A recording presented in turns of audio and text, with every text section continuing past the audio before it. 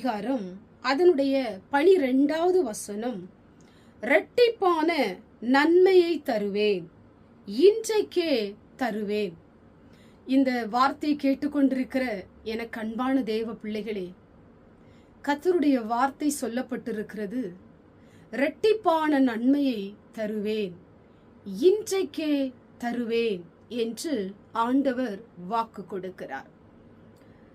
உங்க வாழ்க்கையில ஏதோ ஒரு இழப்பு போல உங்களுடைய இருதயத்துல கவலைப்பட்டு கலங்கி வாழ்க்கையே நொந்து போய் நீங்கள் இந்த வார்த்தையை கேட்டுக்கொண்டிருக்கலாம்.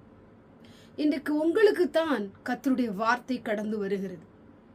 உங்களுக்கு ஆண்டவர் இரட்டிப்பான நன்மையை தருவேன் என்று அவர் வாக்கு கொடுக்கிறார். நீங்கள் எதிர்பார்த்து கொண்டிருக்கலாம், காத்திருக்கலாம், ஜெபித்து கொண்டிருக்கலாம். எனக்கு நன்மை வருமா என்று சொல்லி கூட நீங்கள் நினைத்து கொண்டிருக்கலாம். நிச்சயமாகவே ஆண்டவர் உங்களுக்கு இரண்டத்தனையான, இரட்டிப்பான, இருமடங்கான நன்மையை ஆண்டவர் உங்களுக்கு கொடுக்க போகிறார். உங்க வாழ்க்கையை ஆண்டவர் அறிந்திருக்கிறார். உங்கள் நிலைமையை கர்த்தர் ஒவ்வொரு நாளும் அறிந்திருக்கிறார். நீங்கள் படுகிற முயற்சிகள், நீங்கள் வடிக்கிற கண்ணீர்கள், உங்க வாழ்க்கையில நீங்க நம்பி இருக்கிற நம்பிக்கைகள் எல்லாவற்றையும் கர்த்தர் பார்க்கிறார். உங்களுக்கு இரண்டத்தனையான நன்மையை கர்த்தர் கொடுக்க போகிறார். ஆண்டவர் ஒருவரே உங்களுக்கு நன்மை செய்கிற தகப்பன்.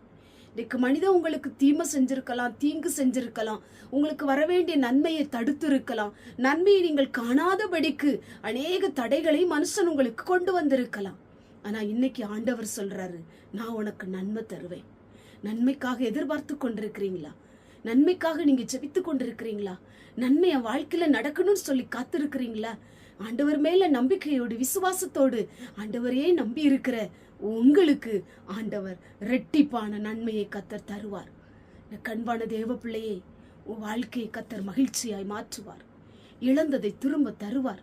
நீங்க எதிர்பார்த்து இருக்கிறத கர்த்தர் கொடுப்பார். நீங்க நம்பினது உங்களுக்கு கடந்து வரும். ஆண்டவர் உங்களுக்கு வாக்கு கொடுக்கிறார். அவர் உண்மை உள்ளவர். அவர் உங்களை கைவிடுகிற தெய்வம் அல்ல. அவர் உங்களை விட்டு விடுகிற தெய்வம் அல்ல. அவர் உங்களை மறக்காத தெய்வம். உங்களுக்கு ஆண்டவர் உதவி செய்வார். நன்மையை தந்து உங்க வாழ்க்கையை மேன்மைப்படுத்துவார். கண்களை மூடி ஜெபம் பண்ணுவோம். எங்கள் பரிசுத்தமுள்ள நல்ல பிதாவே, கேட்டதான வசனத்தின் மூலமாய் உடைய பிள்ளைகள், நன்மைக்காக காத்திருக்கிற பிள்ளைகளுக்கு 2 மடங்கு நன்மையை கொடுப்பேன்னு வாக்கு கொடுத்தீங்களாப்பா. இந்த வார்த்தையின்படியே நன்மைகளை கர்த்தர் கொடுங்க. என்னென்ன நன்மைக்காக எதிர்பார்த்து கொண்டிருக்கிறார்களோ இந்த நன்மையை 2 மடங்காய் கொடுத்து அவங்களை ஆசீர்வதியும். இயேசுவின் மூலம் ஜெபிக்கிறோம் பிதாவே, ஆமென்.